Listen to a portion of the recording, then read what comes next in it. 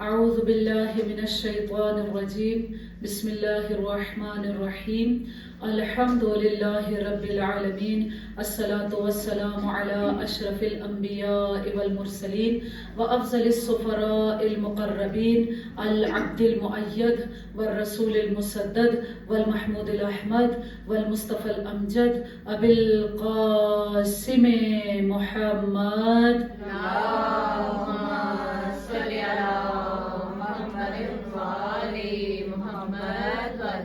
وعلى آله الطيبين الطاهرين المعصومين المظلومين الذين هم أركان الإيمان وأمناء الرحمن وبهم يمسك الله السماء أن تقال الأرض وبهم يمسك الله الأرض أن تميد بأهلها وبهم تنشر الرحمة ولولاها منهم لساخت بأهلها لا سيما بقية الله روحي وأرواحنا لتراب مقدمه الفداء الذي يملأ الأرض قسطا وعدلا بعدما ملئت ظلما وجورا اللهم اجعلنا من أنصاره وأعوانه ولا تجعلنا من أعدائه صلوات پڑھیں محمد اللهم صل على محمد وآل محمد وعجل فرجهم. أما بعد فقد قال إمام حسين عليه السلام اللهم صل على محمد وآل محمد وعجل فرجهم. لو لم يكن لي في الأرض ملجأ ولا مأوى لما بايعت يزيد بن معاوية صلوات پڑھیں محمد والے محمد. اللهم صل على محمد وآل محمد وعجل فرجهم. پروردگار عالم سے دعا ہے کہ پروردگار ہم سب کی توفیقات خیر میں اضافہ فرمائے، ہماری ان مجالس کو شرف قبولیت عطا فرمائے، ہمارے اس پرسے کو آنے کو پڑھنے کو سیدہ اپنی عظیم بارگاہ میں قبول و منظور فرمائے. بلند ترین حیدری صلوات. اللهم صل على محمد وآل محمد وعجل فرجهم. امام حسین علیہ السلام کے اس قول پر مسلسل گفتگو ہو رہی ہے کہ امام حسین علیہ السلام اپنا مقصد کربلا، اپنا ہدف کربلا بیان فرما رہے ہیں اور کہتے ہیں کہ لو لم یکن لی فی الارض ملجا ولا مأوی، کہ اگر اس زمین پر حسین کو کوئی بھی ملجا اور مأوی نہ ملے، کوئی جائے پناہ نہ ملے، کوئی ناصر نہ ملے، کوئی مددگار نہ ملے. صلوات پڑھے محمد والے محمد. اللهم صل على محمد وآل محمد وعجل فرجهم. کوئی ناصر کوئی مددگار نہ ملے تو پھر بھی حسین یزید ابن معاویہ کی بیعت نہیں کریں گے. صلوات پڑھے محمد والے. اللهم صل على محمد وآل محمد وعجل فرجهم. نعرہ تکبیر، اللہ اکبر، نعرہ رسالت، یا رسول اللہ، نعرہ حیدری، یا حیدری، یا خاندان زہرا پر بلند تر صلوات. اللهم صل على محمد وآل محمد وعجل فرجهم. اور امام حسین علیہ السلام بتاتے بھی ہیں کہ آخر کیوں میں یزید ابن معاویہ کی بیعت نہیں کروں گا. یہی جو وصیت نامہ امام حسین علیہ السلام نے لکھا تھا، اس میں امام علیہ السلام ارشاد فرماتے ہیں کہ میں اس لیے بیعت نہیں کروں گا کہ حجور طابت و طہرت، کیونکہ میں پاکیزہ گودوں کا پالا ہوا ہوں، میں فاطمہ زہرا کا فرزند ہوں، میں علی مرتضیٰ کا فرزند ہوں، میں رسول کا فرزند ہوں، اس وجہ سے میں یزید کی بیعت نہیں کروں گا. صلوات پڑھے محمد. اس کا آواز کو ادھر ہو کر صل على محمد وآل محمد وعجل فرجهم. اور پھر امام حسین علیہ السلام کیا ارشاد فرماتے ہیں کہ میں کیا کرنا چاہتا ہوں. میں چاہتا ہوں کہ میں اپنے نانا کی امت کی اصلاح کروں. توجہ، مشکل تو میرے لیے ہو رہی ہے نا، آپ لوگ متوجہ رہیں، ٹھیک ہے. میں چاہتا ہوں کہ میں اپنے نانا کی امت کی اصلاح کروں. میں چاہتا ہوں کہ میں اپنے جد کی اور اپنے بابا کی سیرت کو زندہ کروں. ایسا ہی ہے نا، اسیرہ بسیرت جدی و ابی. متوجہ رہیں سب کہ میں چاہتا ہوں کہ میں اپنے نانا کی سیرت کو اور اپنے بابا علی کی سیرت کو زندہ کروں. پہلے یہ دیکھنا ہے کہ نانا رسول کی سیرت کیا ہے اور بابا علی کی سیرت کیا ہے، کہ جس کو امام حسین علیہ السلام دوبارہ سے زندہ کرنا چاہتے ہیں. امام یہ بتاتے ہیں کہ یہ کوئی نئی چیز نہیں ہے, یہ میں بدعت نہیں کر رہا, نئی چیز نہیں لے کر آ رہا, بلکہ میں اپنے بابا کی سیرت کو زندہ کرنا چاہتا ہوں. اب آئیے دیکھیں کہ امام علی علیہ السلام کی سیرت کیا رہی ہے. حکومت کے بارے میں اور اس دنیا کے بارے میں امام علی علیہ السلام کے 2 قسم کے اقوال ہمارے سامنے ہیں. ایک وہ اقوال ہیں امام علیہ السلام کے نہج البلاغہ کے اندر جس میں امام علیہ السلام دنیا کی مذمت کرتے ہیں. ابھی آپ کے سامنے پیش کروں گی. امام علیہ السلام دنیا کی مذمت کرتے ہوئے نظر آتے ہیں, جیسا کہ نہج البلاغہ کے اندر جو امام علیہ السلام کی 45 نمبر حکمت ہے, اس میں امام علیہ السلام ارشاد فرماتے ہیں کہ اے دنیا, یا دنیا الیک انی, مجھ سے دور ہو جا, دور ہو جا, میرے قریب نہ آ. لو کنتی, اگر تو ہوتی, شخصا مرئیہ وقالبا حسیہ, اگر تو ہوتی ایک ایسی شخصیت, ایک ایسی جسمانی صورت میں ہوتی کہ جس کو دیکھا جا سکتا, شخصا مرئیہ, ایک ایسی شخصیت ہوتی کہ جس کو دیکھا جا سکتا, وقالبا حسیہ, اور ایک ایسی صورت میں ہوتی کہ جس کو ہاتھوں سے محسوس کیا جا سکتا. یعنی ویسے تو ابھی دنیا نظر نہیں آتی نا, دنیا کیا ہے, دولت کی صورت میں, اولاد کی صورت میں, اقتدار کی صورت میں, پیسے کی صورت میں, یہی ہے نا, ساتھ رہے میرے, اسی کو دنیا کہا جاتا ہے نا. امام علیہ السلام کیا کہہ رہے ہیں کہ اے دنیا, اگر تو ایک شخصا مرئیہ ہوتی اور قالباً حسیہ ہوتی, ایسی صورت میں ہوتی کہ تجھے دیکھا جا سکتا, تجھے حس کیا جا سکتا, تو امام کیا کہتے ہیں, میں کیا کرتا؟ امام کہتے ہیں کہ لَأَقَمْتُ عَلَيْكِ حُدُودَ اللَّهِ, میں اللہ کی حدود کو تیرے اوپر جاری کرتا. یعنی کیا کرتا؟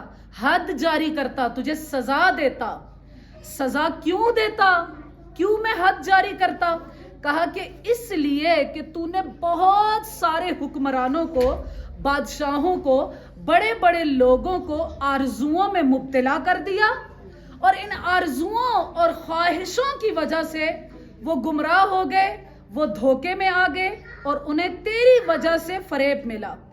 اس پہلے تیرے جرم کی وجہ سے میں علی تیرے اوپر حد کو جاری کرتا. صلوات پڑھے محمد والے اللہم صلی علی محمد وآل محمد وجل. پھر بھی صلوات پڑھے محمد والے محمد. اللہم صلی علی محمد وآل محمد وجل. ان آرزوؤں کی وجہ سے صلوات پڑھے محمد والے محمد. اللہم صلی علی محمد وآل محمد وجل. کبھی صلوات پڑھے محمد والے محمد. اللہم صلی علی محمد وآل محمد. کبھی یہ آرزویں جائز آرزویں ہوتی ہیں, اور کبھی یہ آرزویں اور خواہشیں جائز نہیں ہوتی. امام علیہ السلام کیا کہہ رہے ہیں کہ اے دنیا, تو نے انسانوں کو, حکمرانوں کو, بادشاہوں کو, لوگوں کو آرزوؤں میں مبتلا کر دیا. کس طرح کی آرزویں, خواہشیں, کہ ایک آرزو اور خواہش پوری ہوتی نہیں ہے تو انسان کے اندر دوسری خواہش جنم لے لیتی ہے. پہلے خواہش کیا تھی, گھر ہو, گھر ملا, اپارٹمنٹ ملا, تو اب کیا خواہش ہوگی, اس سے بڑا ملے. اب اس سے بڑا مل گیا تو اب بنگلہ ملے, بنگلہ ملا تو نہیں, فلاں جگہ پہ بھی ایک گھر ہو. اگرچہ گھر کی خواہش جائز خواہش ہے, لیکن امام علیہ السلام کیا کہہ رہے ہیں کہ کچھ خواہشیں جو جائز خواہشات ہیں وہ بھی کبھی کبھی انسان کو کدھر لے جاتی ہیں, ناجائز خواہشوں تک لے جاتی ہیں, حرام تک لے جاتی ہیں. اسی لیے امام کیا کہہ رہے ہیں کہ اے دنیا, اگر تو قالب حسی میں ہوتی اور شخصا مرئیہ ہوتی, لو کنتی شخصا مرئیہ وقالبا حسیہ, اگر تجھے دیکھا جا سکتا, اگر تجھے محسوس کیا جا سکتا, تو علی تیرے اوپر حد کو جاری کر دیتے. دیکھیں دنیا کو کتنا برا کہہ رہے ہیں علی علیہ السلام. اور پھر کیا کہتے ہیں, غری غیری, اے دنیا جا کسی اور کو جا کر دھوکہ دے, کیونکہ میں نے تجھے کیا کیا ہے, طلقتک ثلاثہ, میں نے تجھے 3 طلاقیں دے دی ہیں. جب 3 طلاقیں ہو جاتی ہیں تو اس کے بعد کیا ہوتا ہے, رجوع کا کوئی حق نہیں ہوتا. یعنی امام کیا کہہ رہے ہیں؟ میرے پاس سے دور ہو جا، میں نے تجھے 3 طلاقیں دے دی ہیں اور 3 طلاقوں کے بعد رجوع کا کوئی حق ہی نہیں ہے. صلوات پڑھے محمد والے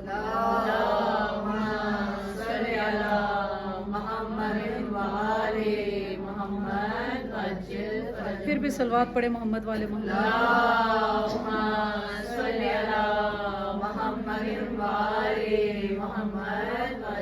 امام علیہ السلام اپنی ان حکمتوں کے اندر دنیا کو بہت برا کہتے ہیں. ایسا ہی ہے نا، کئی طرح کی، جیسے پچھلے سال کی مجالس میں بھی آپ کی خدمت میں پیش کرتی رہی کہ امام علیہ السلام ایک مرتبہ جوتی گانٹ رہے تھے، ابن عباس پاس میں بیٹھے ہوئے تھے اور ابن عباس نے کہا، کچھ حکومت کے بارے میں بات کی تو مولا نے کیا کہا کہ ابن عباس بتاؤ اس جوتی کی قیمت کیا ہوگی. ابن عباس نے کیا کہا تھا؟ کہا کہ مولا اگر عقیدت کے لحاظ سے دیکھیں تو کائنات اس جوتی کے برابر نہیں ہے. ایسا ہی ہے نا، عقیدت کے لحاظ سے دیکھیں، اگر میرا عشق آپ سے جو ہے اس کے لحاظ سے دیکھیں تو اس جوتی کی کوئی قیمت نہیں ہے. لیکن مولا معذرت، اگر اسی جوتی کو میں بازار لے کر جاتا ہوں تو اس جوتی کی کوئی قیمت نہیں ہے. ایسا ہی ہے نا. امام علیہ السلام نے کیا کہا کہ یہ تمہاری حکومت، یہ تمہاری دنیا میرے نزدیک اس جوتی سے بھی کمتر حیثیت کی ہے. یا امام علیہ السلام کیا کہتے ہیں؟ بہت عجیب عجیب احادیث امام علیہ السلام کی دنیا کے بارے میں ہیں. کیا کہتے ہیں کہ دیکھو یہ تمہاری دنیا میرے نزدیک اس طرح ہے کہ جس طرح ایک ٹڈی کے منہ میں ایک چھوٹا سا پتا ہو اور ٹڈی اس پتے کو بھی نگل کر تھوک دے تو میرے نزدیک یہ دنیا اس سے بھی کم قیمت کی ہے. یعنی سوچئے کہ ٹڈی کتنی سی ہوگی، اس کے منہ میں پتا کتنا سا ہوگا، اور وہ اگر اس کو نگلے نہیں اور اس کو چبا کر پھینک دے باہر تو اس کی کیا قیمت رہ جائے گی. امام علیہ السلام کیا کہتے ہیں کہ میرے نزدیک تمہاری اس دنیا کی حیثیت اس سے بھی کمتر ہے. لیکن دوسری طرف یہ دیکھتے ہیں، امام حسین علیہ السلام کا قول ذہن میں رہے، وَأَسِيرَا بِسِيرَتِ جَدِّي وَأَبِي، میں اپنے نانا کی اور اپنے بابا کی سیرت کو زندہ کرنا چاہتا ہوں. اس کے ساتھ ساتھ کیا دیکھیں کہ علی علیہ السلام سے جب حکومت چھنتی ہے بعد رسول، امام علی علیہ السلام کا نہج البلاغہ کے اندر جو تیسرا خطبہ شکشکیہ ہے، امام علیہ السلام نے اس میں اپنے درد دل کو بیان کیا. توجہ چاہوں گی پلیز. امام علیہ السلام نے اس خطبہ شکشکیہ کے اندر اپنے درد دل کو بیان کیا اور امام علیہ السلام کیا کہتے ہیں کہ دیکھو کہ میری میراث لٹ رہی تھی اور میں دیکھ رہا تھا، اور وہ 25 برس علی نے ایسے گزارے کہ فی عین قضا و فی حلق شجا، اس طرح کہ جیسے آنکھ کے اندر کانٹا ہو اور گلے کے اندر ہڈی پھنسی ہوئی ہو. کیا کسی کی کبھی آنکھ میں کانٹا گیا ہے؟ ذرا سا اگر گرد کا ٹکڑا چلا جائے انسان کس قدر تکلیف کو محسوس کرتا ہے.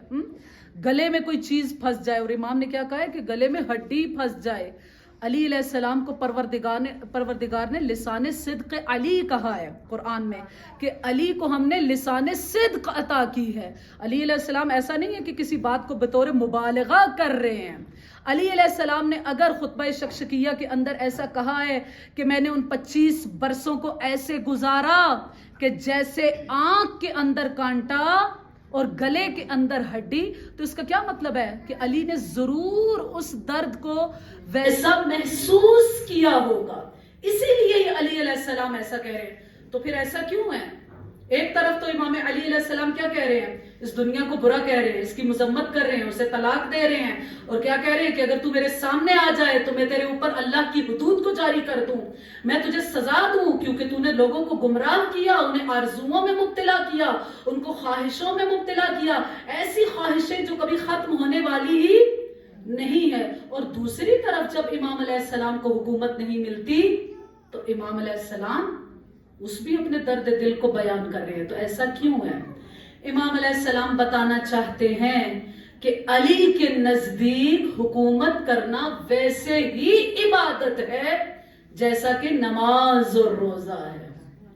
علی جو بھی کام کرتے ہیں وہ رضائے پروردگار کے لیے کرتے ہیں. شب ہجرت کا واقعہ آپ کے ذہنوں میں ہوگا.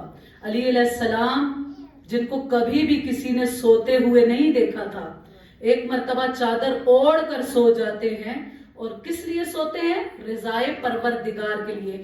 صبح جب ہوتی ہے تو پروردگار کی طرف سے آیتوں کا نزول ہوتا ہے کہ کون ایسا ہے، وہ من الناس من یشری نفسہ ابتغاء مرضات اللہ، کون ایسا ہے جس نے آج رات اللہ کی رضاؤں کو خرید لیا ہے۔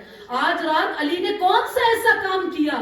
علی تو صرف بستر رسول پر سوئے ہیں، لیکن چونکہ علی کا سونا رضائے پروردگار کے لیے، خوشنودی پروردگار کے لیے اللہ کو اتنا پسند آتا ہے کہ اللہ اپنی رضائیں علی کے دامن میں ڈال دیتا ہے۔ سبحان تکبیر، اللہ اکبر، نعرہ رسالت، یا رسول اللہ، نعرہ حیدری، یا علی، حیدری، یا علی، امام زمانہ بلندر سلوات۔ اللہم صلی علی محمد وآل محمد۔ یا دوسرا واقعہ ہمیں ملتا ہے وہ جنگ کا، آپ سب کے ذہنوں میں ہوگا کہ ایک مرتبہ علی علیہ السلام اپنے مد مقابل کو تحت کر لیتے ہیں، اس کے سینے پر سوار ہو جاتے ہیں۔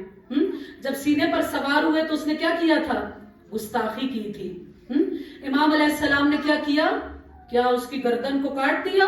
نہیں، امام اس کے سینے سے اتر آئے۔ اب جب اتر آئے تھوڑی دیر ٹہلتے رہے، اور ٹہلنے کے بعد پھر کیا ہوا؟ دوبارہ اس کے سینے پر سوار ہوئے اور اس کی گردن کو کاٹا۔ جب سر لے کر رسول خدا کی خدمت میں آئے تو کسی نے اعتراض کیا کہ یا علی، آپ کیوں اس کے سینے سے اتر آئے تھے؟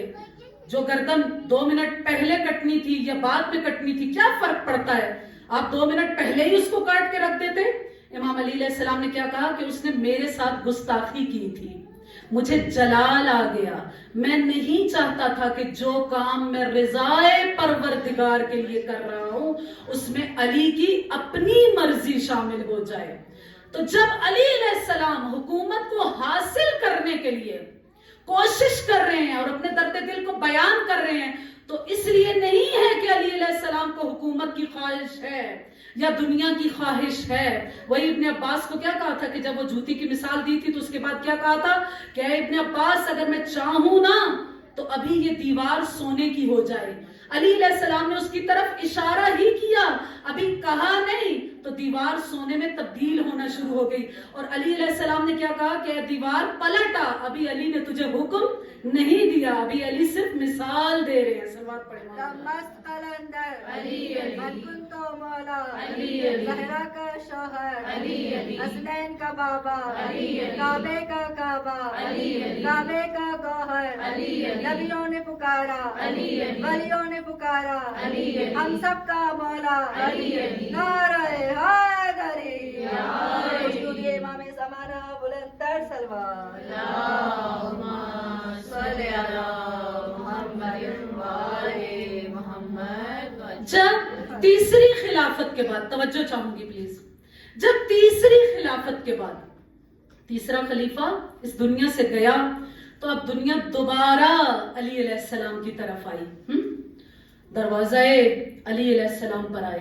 لیکن امام علیہ السلام نے کیا کہا کہ جاؤ، جس طرح پہلے تم نے 3 کا انتخاب کیا، اب بھی جا کر کسی اور کا انتخاب کر لو۔ اور امام علیہ السلام کے جملے کیا ملتے ہیں؟ جاؤ انتخاب کر لو کسی اور کا، کیونکہ آسمان ابر آلود ہو چکا ہے، سورج بادلوں کے پیچھے جا چکا ہے۔ اور اگلا جملہ امام نے کیا کہا؟ حلال کو حرام اور حرام کو حلال بنایا جا چکا ہے، گناہ کو گناہ ہی نہیں سمجھا جا رہا۔ امام علیہ السلام اس وقت معاشرے کی جس برائی کو پوائنٹ آؤٹ کر رہے ہیں وہ کیا ہے کہ تمہارا معاشرہ ایسا ہو چکا ہے کہ جہاں پر گناہ کو گناہ ہی نہیں سمجھا جا رہا، برائی کو برائی ہی نہیں سمجھا جا رہا۔ یہ معاشرے کی سب سے بری اور ابتر حالت ہے کہ جب گناہ کو گناہ نہ سمجھا جائے۔ مثلا اگر کسی کو کوئی بیماری ہو، وہ اپنی بیماری کو سمجھتا ہے تو ڈاکٹر کے پاس جائے گا، ایسا ہی ہے نا؟ لیکن اگر بیماری کا احساس ہی نہ ہو، احساس ہی نہ ہو تو پھر کیا ہوگا؟ وہ کس طریقے سے بیماری کا علاج کروائے گا؟ کینسر کو کیوں سب سے بری بیماری سمجھا جاتا ہے؟ اس لیے کہ اس کا پتہ ہی نہیں چلتا۔ جب اس کے سمٹمز ظاہر ہونا شروع ہوتے ہیں تو کیا ہوتا ہے کہ لاسٹ سٹیج آ چکی ہوتی ہے۔ تو یہ معاشرے میں سب سے بری حالت ہے کہ گناہ کو گناہ نہ سمجھا جائے. اگر کوئی گناہ کو گناہ سمجھے گا تو کیا ہوگا؟ اس سے بچنے کی کوشش کرے گا. لیکن اگر گناہ کو گناہ ہی نہیں سمجھا جا رہا تو وہاں پر کیا ہوگا؟ وہ اپنا علاج کیسے کروائے گا؟ وہ معاشرہ ٹھیک کیسے ہوگا؟ تو امام علی علیہ السلام نے بھی کیا کہا کہ تمہارے معاشرے کی حالت یہ ہو چکی ہے، اتنا برا ہو چکا ہے ان 25 سالوں کے اندر کہ جہاں پر گناہ کو گناہ نہیں سمجھا جا رہا، برائی کو برائی نہیں سمجھا جا رہا.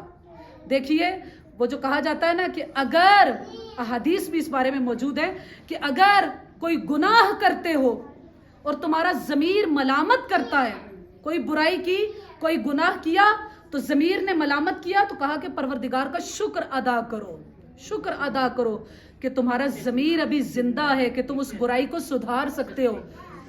خدا نہ کرے کہ کتنے ایسے افراد ہیں کہ گناہوں پر گناہ کرتے ہیں لیکن اس گناہ کا احساس ہی نہیں ہوتا کہ ہم کوئی برائی کر رہے ہیں. قرآن کیا کہتا ہے؟ قرآن کیا کہتا ہے؟ جس طریقے سے والعصر کے اندر، سورہ عصر کے اندر ارشاد ہوتا ہے کہ بسم اللہ الرحمن الرحیم والعصر ان الانسان لفی خسر، کہ انسان کس میں ہے؟ خسارے میں ہے. کون سے انسان؟ صلوات پڑھے محمد والے محمد.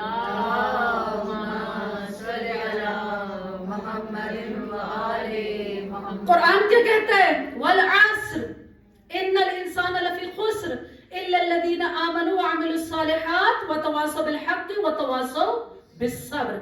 قرآن کہہ رہا ہے کہ بے شک انسان گھاٹے میں ہے، خسارے میں ہے، نقصان میں ہے. لیکن معذرت کے ساتھ یہاں پر قرآن نے یہ نہیں کہا کہ یہ سب سے بڑا گھاٹا ہے، یہ سب سے بڑا نقصان ہے. قرآن ایک اور جگہ پر بتاتا ہے کہ سب سے زیادہ گھاٹے میں، سب سے زیادہ نقصان میں کون ہے؟ کون ہے؟ قرآن کہتا ہے بسم اللہ الرحمن الرحیم، سورہ کہف کی آیت ہے کہ قل هل ننبئکم بالاخسرین اعمالهم، کیا ہم آپ کو نہ بتائیں کہ کون سا ایسا انسان ہے جو سب سے زیادہ گھاٹے میں ہے، اضل اعمالا، سب سے برے اعمال ہیں اس کے. وہ کون ہے؟ وہ کون ہے؟ یحسبون، جو یہ سمجھ رہے ہیں کہ وہ اچھا کام کر رہے ہیں، یحسنون صنعا، لیکن اصل میں کیا ہے کہ ان کے تمام اعمال ضائع ہو رہے ہیں. صلوات پڑھے محمد والے محمد.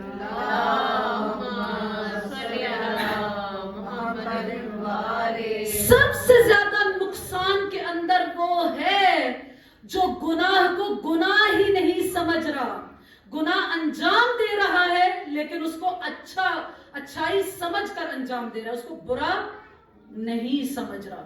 جس طرح کے کربلا میں جو امام حسین علیہ السلام کے مقابل آئے تھے وہ ایسا ہی سمجھ رہے تھے. خدا نہ کرے کہ ہمارے اندر بھی ایسا ہو کہ ہم کسی گناہ کو گناہ ہی نہ سمجھیں، برائی کو اچھائی سمجھیں، اچھائی کو برائی سمجھیں. کیونکہ عام طور پر اچھے اعمال کرنا اتنا مشکل نہیں ہوتا لیکن امتحان کی جگہ پر بڑا مشکل ہوتا ہے. یہاں امام بارگاہ ہے، سب حجاب میں ہے، ایسا ہی ہے نا، سب یہاں نماز پڑھیں گے.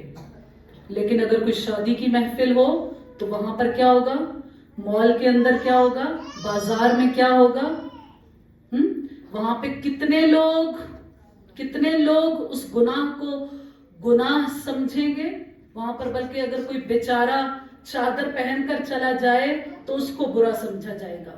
لیکن امام علیہ السلام نے یہی کہا ہے، وہ معاشرہ سب سے زیادہ برا ہو جاتا ہے کہ جہاں پر اچھائی کو برائی سمجھا جائے، برائی کو اچھائی سمجھا جائے. بہرحال چونکہ کربلا والوں کے دن ہیں، انہی کی مثال دیتے ہیں کہ جو امام حسین علیہ السلام کے سامنے آئے وہ کس قسم کے افراد تھے، کیوں ان کی اتنی مذمت کی جاتی ہے، ان پر لعنت کی جاتی ہے؟ کیونکہ ان کے اندر یہی برائی موجود تھی کہ وہ گناہ کو گناہ ہی نہیں سمجھ رہے تھے. توجہ ہے نا آپ سب کی؟ جس طرح کے عمر سعد کون ہے؟ کون ہے عمر سعد؟ ظاہر ہے کربلا میں جو امام حسین علیہ السلام کے مقابل آیا، مختار کا بہنوئی ہے. اس کو یزید کی طرف سے، توجہ، یزید کی طرف سے رے کی حکومت کا پروانہ ملا کہ تم رے کے گورنر ہو. نہیں معلوم آخر رے کیسی چیز تھی کہ جس کے لالچ میں انہوں نے امام حسین علیہ السلام تک کو شہید کرنا گوارا کر لیا۔ ابن زیاد نے عمر سعد کو بلایا اور بلا کر کیا کہا کہ تمہیں کیا کرنا ہے کہ امام حسین علیہ السلام کے پاس جانا ہے، دو چیزیں ان کے سامنے رکھو، یا تو وہ بیعت کر لیں اور یا انہیں قتل کر دو۔ عمر سعد فوراً کیا کہتا ہے کہ استغفر اللہ، یہ کیسے ہو سکتا ہے کہ میں حسین کو قتل کر دوں، میں حسین کو قتل کروں، ان کے خانوادے کو قتل کروں۔ اس نے تھوڑا سا پس و پیش کیا اور کیا کہا کہ مجھے تو یزید کی طرف سے یہ رے کا پروانہ ملا ہے، میں تو وہاں جا رہا ہوں۔ ابن زیاد کیا کہتا ہے کہ اچھا دکھاؤ تو صحیح۔ اس نے دکھایا تو اس نے لے کر پکڑ کے اپنے پاس رکھ لیا اور کیا کہا کہ پہلے تمہیں میرا کام کرنا ہے۔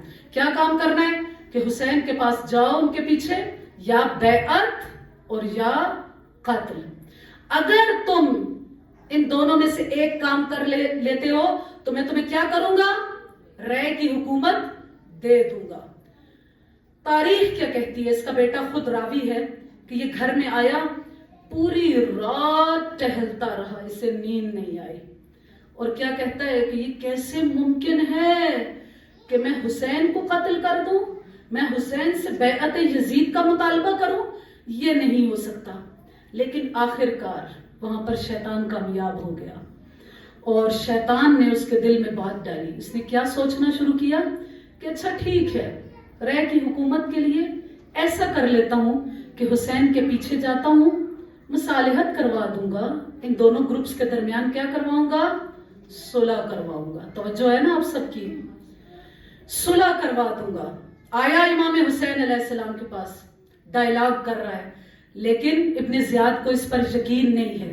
اس نے پیچھے کیا کیا، شمر کو بھیج دیا۔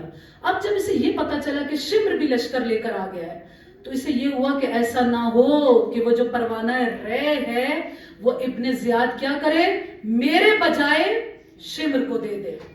اور وہی ہوا 10 محرم کو جب اذان علی اکبر کے بعد ایک مرتبہ جنگ شروع ہوئی تو سب سے پہلا تیر عمر سعد نے پھینکا، اور کیا کہہ کر پھینکا کہ گواہ رہنا کہ حسین کی طرف پہلا تیر میں پھینک رہا ہوں۔ انسان اس دنیا کے لالچ میں، روپے کے لالچ میں، اقتدار میں اتنا گر جاتا ہے کہ وہ حسین کو بھی شہید کرنے پر آمادہ ہو جاتا ہے۔ بہرحال زندہ باد، حسینیت زندہ باد، یزیدیت مردہ باد، یزیدیت مردہ باد، دشمنان اہل بیت پہ لعنت بے شمار۔ خاندان زہرا پر بلند تر سلوات۔ اللہم صلی علی محمد و آل محمد وسلم۔ بہرحال کربلا کا یہ سارا مارکا ہو گیا، جتنا ظلم کر سکتا تھا اس نے کیا۔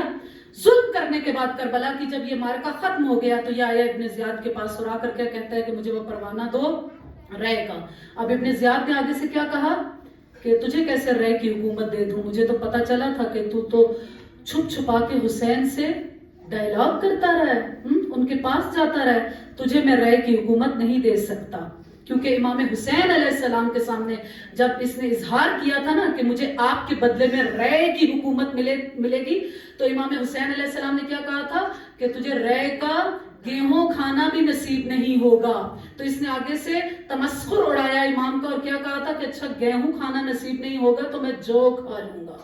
لیکن اب جب اسے پروانہ رے نہ ملا، وہ حکومت اس کے ہاتھ سے چلی گئی، تو تاریخ کیا کہتی ہے کہ یہ گلیوں میں پھرا کرتا تھا پاگلوں کی طرح اور بس اپنے سر کو پیٹتا رہتا تھا اور کیا کہتا تھا کہ خسرت دنیا والآخرہ، کہ مجھے تو دنیا کا بھی نقصان ہوا اور آخرت کا بھی نقصان ہوا۔ اب امام علیہ السلام کا ایک اور چیز اس کے بارے میں جو امام نے بیان کی تھی وہ کیا کہا تھا کہ تجھے بستر پر موت آئے گی۔ امام کی وہ بھی پیشن گوئی درست ثابت ہوگی۔ آ گیا مختار کا زمانہ۔ کون ہے لگتا ہے یہ مختار کا؟ بہنوئی ہے۔ یہ آتا ہے اور آ کر چاہتا ہے کہ مختار سے امان لے لے۔ مختار نے امان نامہ لکھ کر دیا کہ ٹھیک ہے تجھے امان ہے، لیکن ایک ساتھ شرط لکھی۔ کیا لکھا کہ لم یحدث حدثا، جب تک اس سے کوئی حدث وارد نہ ہو تب تک اس کو امان ہے۔ حدث کے 2 معنی ہیں، یعنی یہ پہلا معنی یہ ہے کہ جب تک یہ کوئی اور سازش نہیں کرتا تب تک یہ امان میں ہے، اور دوسرا معنی کیا ہے کہ جب تک اس کا وضو باطل نہیں ہوتا تب تک یہ